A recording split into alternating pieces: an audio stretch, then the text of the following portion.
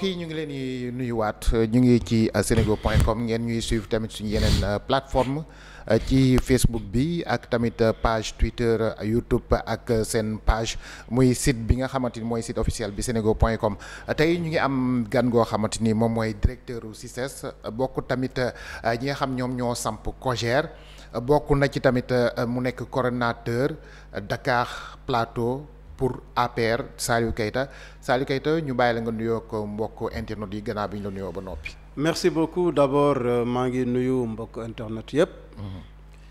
di leen remercier ci invitation bi. di am mbégte ñëw échanger ak yéen par rapport à l'actualité nationale. Voilà par rapport à l'actualité nationale xam nañu ko fi mu nekk nii moom la ñuy dund muy jamono joo xam ne ñu bëri ñu ngi tëmb ci biir ndox mi yàlla ñëw ak ndogalam muy taw boo xam ne benn fan la rek mais lu bëri am ay jafe-jafe ci yenn localités yi waxuñu Dakar rek tamit waaye si yeneen diwaan yi ndax dañuy wax Dakar rek mais am na yeneen i diwaan yoo xam ni nekk nañ ci jafe-jafe yooyu nga xam moo xam mooy xewalu yàlla bi di taw bi tey particularité bi fii ci Ndakaaru moom mooy Kër Massar coow li bëri loolu. ba président génn dem fa def ko département lan ngay wax ci loolu. oui merci d'abord li nga wax da nga wax bu am solo. da nga ne taw nga wax xéewalu yàlla. effectivement taw nekk na loo xam ne ni képp ku nekk sénégalais. sa mbébét mooy. at bu ne. ñu am taw bu doy. ndaxte Sénégal dafa nekk réew boo xam ne nii dañu basé wu ci agriculture te tey taw bi nga xam ne ni ren wàcc na ci suufu Sénégal ñun kat ñu ngi koy sante yàlla dañu nekk jamonoy coronavirus activités yi doxul nu mu war a doxee croissance bi nga xam ne ni président Macky Sall réussiroon na ko ba booster ko de 2012 ba 2019 bi ñu jógee mu nekkoon 1,7% président yóbbu ko à 7,6% 6 virgule et cetera. Je pense que loolu tey dañ ko war a saluer. Mais coronavirus bi ba muy ñëwee tey on va vers ce qu'on appelle la récession économique. Donc bu fekkee jamono yi ñuy wax récession économique. ñu am taw bu doy ba récolte yi jaar ci yoon président mën a dem encore di xool li nga xam ne ni tey béykat yi ñu ngi koy réaliser. ñun Sénégalais yi dañ koy sant yàlla. waaye di xool ni aussi à côté. taw bi def na ay dégâts. président Macky Sall nu mu déplacé wu doom dem xool ñi nga xam ne ni ñooy béykat yi noonu la déplacé wu dem xool sénégalais yi nga xam ne ni tey mbënn bi laal na leen tey actualité bi nag benn gox la ñu koy gën a waxtaane muy Kër Massar. D'abord di wax ni inondation du guléet ci réew mi. waaye gëjoon na fi. indépendance su Sénégal. 1960 ba tey. président yi fi jaar yépp gis nañ ni amoon nañu jafe-jafe ak inondation nee nga ma gëj na fi ay at. at yi nga xam ne ni dafa méngoog yi nga xam ne président Macky Sall ñëw na ci réew mi. parce que bul fàtte ni président Macky Sall balaa muy sénégalais di ko dénk réew mi dafa def le tour du Sénégal. xam lan mooy jafe-jafe askanu Sénégal ñu proposer leen benn programme ñu wóolu ko dénk ko réew mi bañ ko dénkee tey wàllu inondation ñu bu ñu dem feneen nañu yem fii ci région de Dakar ñëw ci département yi nga xam ne ni ñoo nekk ci banlieue bi damay jël benn le département de Pikine boo demee département de Pikine am na quartier bu ñuy wax Dalifort waa Dalifort ñu ngi may dégg wax dëgg yàlla sénégalais yi fa dëkk dañu abandonné woon seen kër. dem bàyyi fa kenn mënu foo nekk. mais le président Macky Sall dafa indi programme décennal de lutte contre les inondations. phase 1 boobu nag boo demee tey Dalifort wax dëgg yàlla ñii abandonné woon seen kër dellu si waat nañu ndax liggéey bu rafet bi nga xam ne ni ONAS def na ko te loolu am na solo toujours dans le département de Pikine parce que boo jëlee département de Pikine mooy pratiquement département bi gën a rëy Sénégal Pikine c'est 16 communes 16 communes yooyu dafa am fi ñuy wax Kër Massar biir Kër Massar aussi programme décennal bi yegg na foofu ci quartier yi nga xam ne ni Bun Aynou Mady ak Alaaji Paate ak beneen zone bi ñuy wax Kër Massar village programme décennal phase 1 boobu tey boo fa demee quartier yooyu avant président Macky Sall di ñëw kenn mënu fa ne waaye tey Bun le problème est réglé Aynou Mady le problème est réglé Kër Massar village le problème est réglé Alaaji Paate dañu jël foofu quartier flottant la ñu jël leen tuxal leen beneen quartier bu ñuy wax Tawfekh Yaakaar te loolu président Macky Sall moo leen délogé yóbbu leen foofu jox leen le problème est réglé. mais tey jii. benn quartier. unité 3 je ne sais pas. parcelle unité 3 mooy quartier bi nga xam ne ni tey. wax dëgg yàlla programme bi laalu fa. mais président Macky Sall dafa déplacé wu dem gisal boppam waxtaan ak askan bi rafetlu déplacement au président. démarche président. waaye président yemul ci déglu leen mais daf leen accompagner moralement et financièrement. annoncé ni phase 2 bi incha allah. après hivernage bi dina tàmbali. loolu yaakaar mais président jotut a waxtaan ak askan bi nee nañu askan bi amuñu woon accès sax nekk en contact direct ak le président de la République. xam nga tey di wax loolu waxu politique politicienne la. waaw on ne peut pas avoir le maire. de la ville de Kër Massar. taxaw wax avec le président de la République. on ne peut pas avoir délégué le représentant des délégués de quartier taxaw un certain Mbaye tey ñu taxaw naan oui président waxul ak askan bi ça c'est un faux débat. ñi koy wax ils n'ont qu'à aller chercher du travail et se taire.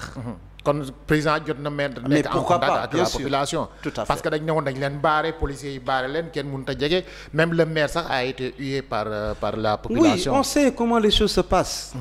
tey gis ni le maire est hué par les populations quelle population. quelle population. donc di wax ni wax dëgg yàlla aujourd'hui c'est le moment de féliciter le maire de Kër Massar parce que Moustapha Meng je sais que jàmbaar la on ne peut pas lui confier tout Kër Massar. Kër Massar c'est 25 kilomètres carrés. Il n'a pas les moyens de le faire. oui il n'a pas les moyens. mais je pense que l'État. Inch'Allah dina ko gunge pour que gérer cette question là. kon loolu moo waral tey président bi mu fa demee pour dimbali askan wi wala boog mu trouver benn solution par rapport ak zone yi nga xam moom mooy inondé foofu ci Kër Massar wala boog Kër Massar en général mu indi département muy moo bi nga xamante ni indi na ko keroog mu ne dafay départementaliser Kër Massar mu nekk coow lu bëri. techniquement buñ ko départementaliser est-ce que ça va permettre président de la République mu mën a régler Kër Massar. Je pense que le fait que président Macky Sall annoncé ni dinañ dem vers la départementalisation de Kër Massar c'est une solution pour régler les problèmes des populations de Kër Massar. xam nga defoon nañu conseil des ministres décentralisé fii dans la région de Dakar mu nekkoon une doléance bi nga xam ne ni population Kër Massar yi dañ ko posé woon jamono yi conseil boobu. Gouverner c'est écouter ces populations. Gouverner c'est prévoir. kon lii mbënd bi ba mu amee.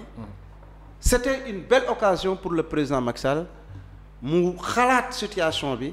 xam na ni lii population yi bëgg on peut aller vers ça. Je donne des exemples. parce que tey. Kër Massar wax dëgg yàlla remplir nañu toutes les conditions pour que ñu def leen département. lu tax ma koy wax. Dakar dafa am ñeenti département. Le département de Dakar. Région de Dakar am na ñeenti département. Le département de Dakar. Le département de Pikine. Le département de Rufisque et le département de Guédiawaye. Guédiawaye c'est 24 kilomètres carrés. Kër Massar. Kër Massar c'est 25 kilomètres carrés.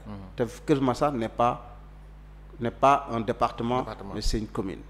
nga ñëw Kër Massar la population c'est 513 000 habitants.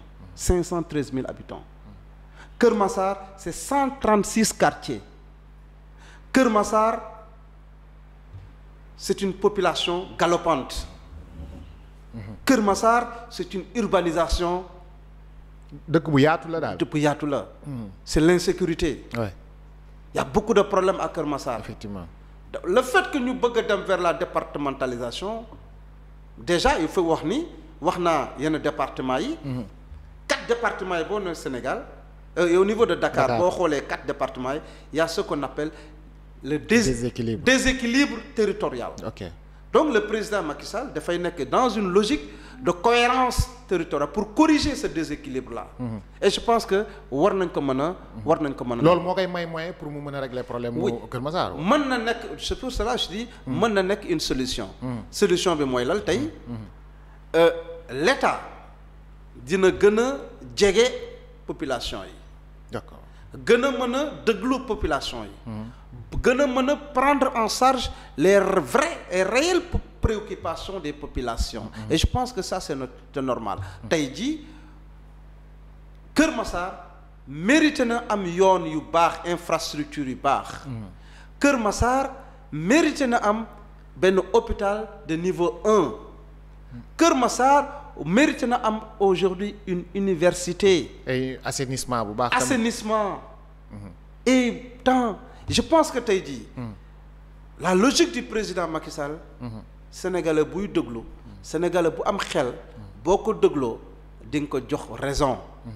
te loolu moo am solo mais directeur li ñu jaaxal mooy dañu xaar ba moment bi nee nga nekk na loo xam ne lu ñu voté la woon lu ñu programmé woon la ci conseil lu jëm ci wàllu décentralisation yi mais lu tax tey président xaar ba situation bi ne kët na jonn mu door koy def loolu mooy xaw a jaaxal du loo xam ne dañ ko voté déedéet dañ ko waxtaanee woon waxtaanee prévoir woon ko waaw xam nga tamit réewum Sénégal. gouverner mais est-ce que amuñu problème exécution lu ñuy waxtaanee loo xam ne lu ñu gis ne war nañ ko mën a régler moom laay wax nii si tàng bi ñu xaar ba problème am ñu door ko mën a waaw régler c'est-à-dire que xam nga aussi li may wax ni tey techniquement xel nangu na ni Kër Massar war nañu ko def département et on donne raison au président de la République Macky Sall.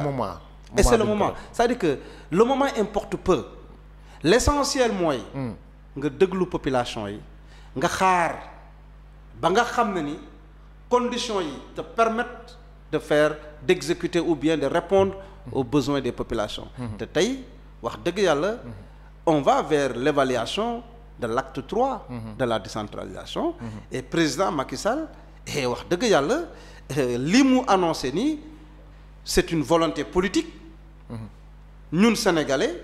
képp kuy technicien. war nga ko mën a jàppale pour mu matérialiser cette vision politique. d'accord loolu moom solo. d'accord wax nañ fi plan décennal bi ñu ngi ci programme bi mu nekk programme boo xam dañ ko nekk def si ñetti pàcc. wax nga ne am na liggéey bu ñu def Kër Massar. phase 1 phase 2 dina démarrer. voilà après l'hivernage. voilà léegi beneen phase bi après dina ñëw waaye ñu dem ba ci biir problème am mu amaat plan Orsec 30 milliards génnaat pour le plan Orsec loolu tamit. oui du nekkul loo xamante ni. liggéey day fekk si kaw liggéey. je pense que si sama mémoire baax na. 30 milliards bu ñu annoncé bu ñu waxee ni la phase 2. du plan décennal c'est après l'hivernage pour un budget de 30 milliards. et les 10 milliards pour le plan Orsec. maintenant 10 milliards pour le plan Orsec on peut comprendre parce que bu ñu waxee 10 milliards. ay pàcc yi bëri lay jël. wax naa sànq wax ni. moralement. financièrement. dañuy jàppale. population yi. Vous avez entendu la dernière fois le ministre Mansour Faye di annoncer enveloppe yi nga xam ne ni jox nañ ko population yi te yemul Kër Massar kese c'est tout le Sénégal. te ren pluviométrie bi ñu xam ne ni atteindre nañ ko. mais c'est pratiquement dans la sous-région. c'est partout dans ce pays.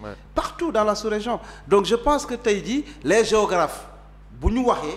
di ngeen comprendre lu tax ren. taw bi ñëw ay cycle la donc di ko wax ni mais l'État aussi dafa war a prévoir Ouais. avec les structures de l'État pour vraiment comme ADN agence de développement municipal wax dëgg yàlla di leen saluer ils sont en train de faire un excellent travail ONAS avec mon ami Gagny Sakho également donc di wax ni ñaari structure de l'État yooyu wax dëgg yàlla ñu ngi liggéey pour vraiment soulager les populations maintenant li am solo mooy le président Macky Sall 2012 la ñëw au pouvoir il est à 9 ans de pouvoir et là l'indépendance de ce Sénégal date de combien d'années mais le président Macky Sall li mu wax ko rek ànd na ak moom c'est pas lui qui va arrêter la pluie ku yaakaar ne président Macky Sall mooy tey loolu kay moom ñëpp xam nañ ko moom nit ñi moom réew mi bu fekkee taw amul ça fait 2 ans su ma juumul taw bi dafa yéex jusqu'au mois d'août pratiquement tawul bariwul woon ñenn nañu commencé l'opposition di wax ni wéy président moo ñu jigul moo tax tawuñu machin comme ça alors bu taw bi ñëwee aussi on dit au président Macky Sall il faut bloquer la pluie on comprend pas ces gens-là c'est pour cela je te dis cette opposition-là il faut les laisser parler et moi je leur dis qu'ils n'ont qu'à aller chercher du travail. booy wax da ngay wax kan Ousmane Sonko. parce que génn na parce que génn na wax na am na loo xam ne lu mu fi sujet am na lu mu critiqué ci doxalin boo xamante ni xëy na du doxalin bu baax ci gouvernement bi ngir mën a wàllu askan bi ci jamonoy mbënd bi ñu nekk ak li nga xam ne moom la ñu wax muy plan décennal bi am na ay traits yu bëri yoo xam ni génn na ko mooy ay traits noirs. mais c'est ça que je te dis xam nga tey. faire la politique. voilà. tey jii. nga wax ngay politique. ak ngay fuural du benn. amoon day fuural quoi. day fuural gis leen ma lépp lu président wax je dis non. président bu génnee tey suba ma génn. mais koo xam ne buy wax day joxe ay chiffres. non non mais koo xam ne buy wax day wax lu raisonnable. non non non non yow yaay wax. ay chiffres déedéet c'est-à-dire que tey. xam nga tey man maay wax raisonnable quoi. waaw yow yaa koy wax non parce que moom buy wax moom day jàpp ne li muy wax c'est raisonnable joxe ay chiffres. ñenn ci askan tamit ñu ci bëri dañ koy xam nga tey applaudir. kan ñan ñoo mën a joxe tey doo jëlee lu mel ni ANSD. waaw man lépp lu may def par exemple. damay dem si site ANSD pour am des chiffres fiables et viables. mooy agence nationale de statistique. voilà et de la démographie. boo bëggee am ay chiffres fiables. yaakaar naa mën nga dem foofu. mais c'est pas l'opposition sénégalaise mooy joxe ay chiffres. ma jàpp ni loolu mooy dëgg. mais est-ce que chiffres yi muy joxe moom tamit gëstuwu ko fii nga wax noonu est-ce que demul foofu est-ce que amul ñu koy jox ay chiffres. mais ñaata yoon si réew mi lañ nekk. ñaata yoon l'opposition parce que je ne parle pas de Sonko je parle de l'opposition en général ñu si bari. aujourd'hui kan opposition ngay dégg ñuy wax c'est Sonko c'est Mamadou Diop Decroix. il n'a pas de parti. fi mu nekk nii moom Sonko rek mooy wax. voilà donc tu vois donc li may wax mooy. mi ngi avancer des choses yoo xam ne ni. c'est fallacieuse c'est des arguments fallacieux qui ne tiennent pas moo tax ma ne ni Sénégalais yi am xel dégluwuñu leen ñun on n'a pas le temps di leen topp nii di wax de gauche à droite parce que du ñu accepter ñu ñuy divertir. divertissement nga ko gisee. divertissement la. et à chaque fois dañu dénk liggéey. Sénégalais yi. dañu fal président Macky Sall en 2012. mu liggéey 7 ans mu ñëwaat Sénégalais ne li nga def doy na kontaan nañu. dañu bëgg nga continuer waat sa liggéey.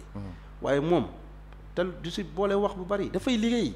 maintenant ku ñu bëgg a divertir on dira non. mais moom ku leen xam la. mais kan ku te xam seetlu nañ ne bu président génne mu génn. discours à la nation. oui moom adresse à la nation mu ñëw def adresse à la nation. moom peut-être dafa nekk dans président génn fan yi passé mu génn ñëw. taw xam nga tey peut-être Sonko il est. lu président wax mu raxas. non moom lay wax ni c'est-à-dire que tey san loolu amul solo. lu président wax tey jii. moi nit pour dëkk ak man. nekk dans l'opposition au niveau du plateau mën na wax ni Salif saa yi dafay sortir ma def c'est pour un buzz. c'est pour un buzz. mais Sonko am na buzz ba noppi. mais dañu wax non xale yi ñëpp ànd ak moom. ban majorité jeunesse bi ñëpp ànd ak xam moom. nga tey non il faut pas parler de la majorité de la jeunesse. tey jii moi je suis jeune comme toi. Ouais. mais je ne suis pas Sonko. dëgg la. il y a d'autres Sénégalais jeunes. conscients. mais qui ne disent pas Sonko. mais tey regardez demal ci réseaux sociaux yi. tous les jeunes pratiquement qui insultent dans les réseaux sociaux ils sont Sonko parce que ils sont à l'image de leur leader. wax nañ ko du man maa ko wax. ñu bari dañ koy wax il est arrogant na amul yar et cetera et cetera. mais bon moo du ma dugg ci gaam yooyu pour respect. mais li may wax mooy. Sonko war na xoolaat sa communication politique. Parce que man politique 96 laa ko démarré. Et j'étais formaté à AJ/PADS avec le président Landing Savané, avec le parcours que j'ai aujourd'hui ak liñ ma jàngale politique ak fi ma yegg tey. jàpp naa ni Sonko war na xoolaat sa communication politique s'il veut aller loin. Alors leaderu chef d'opposition bi dégg nañ ñu ne Idrissa Seck Sonko ne man aw ma njiit. xam nga ñu bëri sax dañu jàpp ne moom mooy njiitu opposition ndaxte bu président génne moom rek la ñuy gis. xam nga tey prétentieux baaxut. waaw addina. lépp du am tey sotti tey. dëgg la il faut du temps. Idrissa Seck. li mu def si réew mii. 10e Sonko defu ko. ñeneen ñu ngi si réew mi tey. li ñu def 10e Sonko defu ko. et pourtant ils sont dans l'opposition. mais comportement yi ñu am tey ay comportement yu salutaire la. magu Sénégal. Sénégalais yu conscient. wax dëgg ñu ngi rafetlu.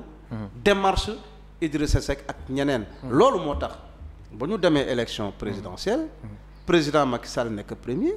Idrissa Seck nekk deuxième. est-ce que Idi arrangé wu leen parce que nee nañu yéen da ngeen di waxtaan ak moom. dañuy waxtaan. dañuy waxtaan Idrissa Seck nekk deuxième. donc bu fekkee da nga waxu chef de l'opposition. c'est la constitution sénégalaise. te tey damay wax le pouvoir. le dialogue politique bi nga xam ne ni c'est en cours. nañu régler cette question.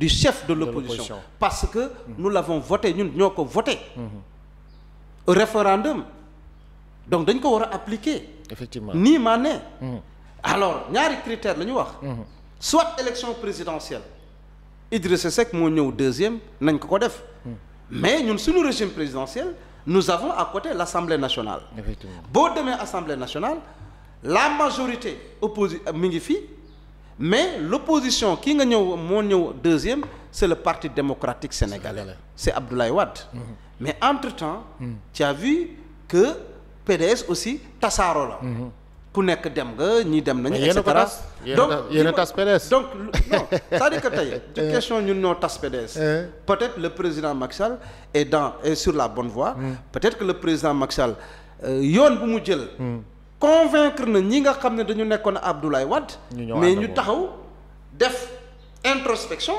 jàpp ni war nañu mën a jàppale président ngir intérêt réew mi intérêt réew mi nag bu taxawee dañuy ànd ak président liggéey ak voilà ñaari question la ñuy jeexalee benn bi mooy tournée président de la République gannaaw bi mu jógee ci ndox mi dem na di xool ñi nga xam ñoom ñooy baykat yi ci diwaan yi loolu tamit programme boo xamante ni lu am solo la pour la moom wala ah oui wala dafay commencer campagne bi rek. non xam nga tey moom laa lay wax ni. président Macky Sall dañu ko fal pour mu liggéeyal ñu.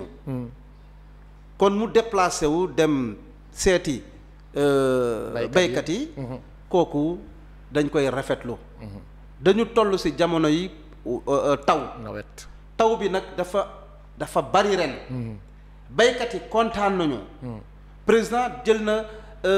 50% du budget pratiquement li mu yokk tey je ne suis pas nekkuma ministère de l'agriculture mais les experts yi nga xam ne ñu ngi foofu nee nañu ren kat président li mu leen defal si jumtuwaay yi waxuma mësuñu ko am de waaye jéggi na dayo bari na moo tax tey ak taw bi nu mu ñëwee gis nañ fi résultat yi président dafa investir ci monde rural bi gis nañu résultat yi président moo déplacé wu dem seeti leen moom laa la wax ci njëlbeen taw am na def na ay dégâts mais def na ay lu baax ay lu baax ak lu bon xewal fu mu defee xewal lu baax président dem na fa waxtaan ak askan bi fi mu defee lu dégâts dem na foofu aussi seeti askan bi jàppale leen te loolu la ñuy xaar ci njiiti réew kon bu ñu bëggee taxaw naan woy président warul dem tournée est-ce que ren la commencé président yi fii jaareeb Abdoulaye Wade def na ko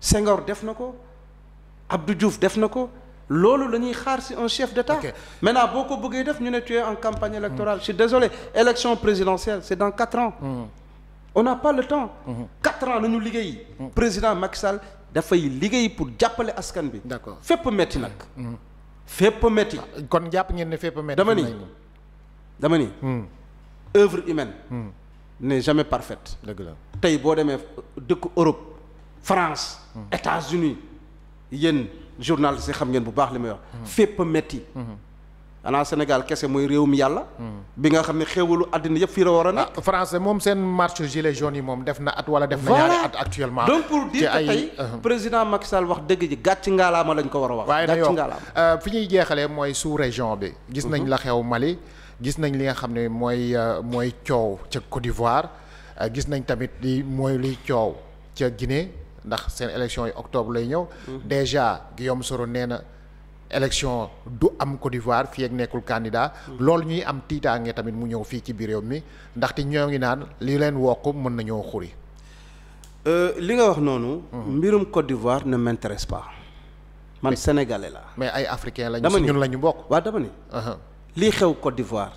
ne m'intéresse pas. mais doo panafricaniste. je suis panafricaniste. voilà. mais su ma waxee ne m'intéresse pas. sur le plan politique mooy du ma dugg ci débat wu jàmbur. d'accord. problème mu Côte d'Ivoire. Ivoiriens yi nañ ko réglé. waaye problème mu Sénégal. man dinaa ci wax. waaw mais bu fekkee li nga wax ni tey mooy. Sénégal man dama ne. ce n'est pas un débat. ouais.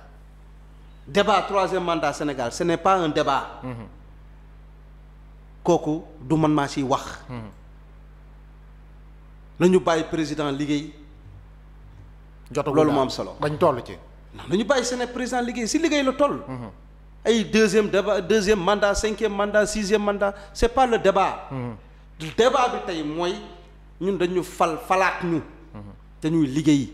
satisfaire les besoins des Sénégalais. les préoccupations réelles des Sénégalais. loolu moo am solo. directeur u CICES yaa yore foire internationale bu Dakar ñu nommé la ko ñu lay féliciter au passage. ndaxte lu mu bon suñu frère nga loolu bu ñu la ko nommé en tant que jeune tamit mbégte lay doon ci jeunesse bi waaye itam ñuy sàkku liggéey bi daal di gën a mën a ñoŋ loolu lañ lay ñaanal tey est-ce que yaa ngi prévoir foire na mu meloon mu melaat ko ndaxte amatul xorom safatul dara safatul suukar safatul xorom en tant que jeune boo ñëwee xëy na xorom bi di nga ko defaat ci biir cin bi. waaw soo ma nee amul xorom amul suukar bon waaw. xam naa ni xorom amatul woon lenn moom xam naa ko. Sénégal c'est plus de 16 millions d'habitants. Ouais. Président Macky Sall choisir ma. li ma gëm. mooy nekk ci liggéey bi liggéeyal sama réew. et mériter la confiance du chef de l'État. loolu rek moo am solo. li ci foire bi nag jamono yi may wax ak yow. wax dëgg yàlla d'abord may saluer le personnel bi ma fa fekk. mu nekk un personnel engagé. yegsi na maa ngi def l'état des lieux. maa ngi dégager de nouvelles orientations. mais li am solo on va rompre avec le passé. et incha allah fan yi di ñëw. dinañu organiser une conférence de presse. pour décliner pour faire l'état des lieux. décliner notre feuille de route. bu boobaa dinañu inviter. inchallah la presse nationale et internationale. ren dana am wala du am ñu waxtaan kooku moi je suis xam nga tey xam nga ñun tey. dama am tutelle. waaw man je suis un fonctionnaire de l'État. dama am tutelle. et je dépends du ministre du commerce. Assome Diatta. Assome Diatta nekk sama sœur nekk sama xarit. ma koy saluer au passage. di ko féliciter di ko encourager. par rapport ak liggéey bi nga xam ne def na ko Kër Massar. parce que elle est là-bas. def na fa liggéey bu am solo kon tey dañ koy féliciter. mais di wax ni nag puisque man si moom laa dépendre. damay jël lépp teg ko si loxoom. moom au moment venu dina apprécier. ndax dañ koy reporter wala dañuy décaler date bi. incha allah jërëjëf monsieur le directeur du CICES. merci beaucoup nekk tamit membre fondateur COJER nekk coordonnateur APR Dakar. membre fondateur même de l'APR. membre fondateur de l'APR. avant en tant que jeune quoi. membre fondateur de l'APR. bokk si ñi nga xam ne tey la dénomination COJER ñun ñoo ko teg sur la table. merci Saliou Keita ñu ngi lay jaajëfal. jërëjëf merci beaucoup. jaajëf merci beaucoup merci.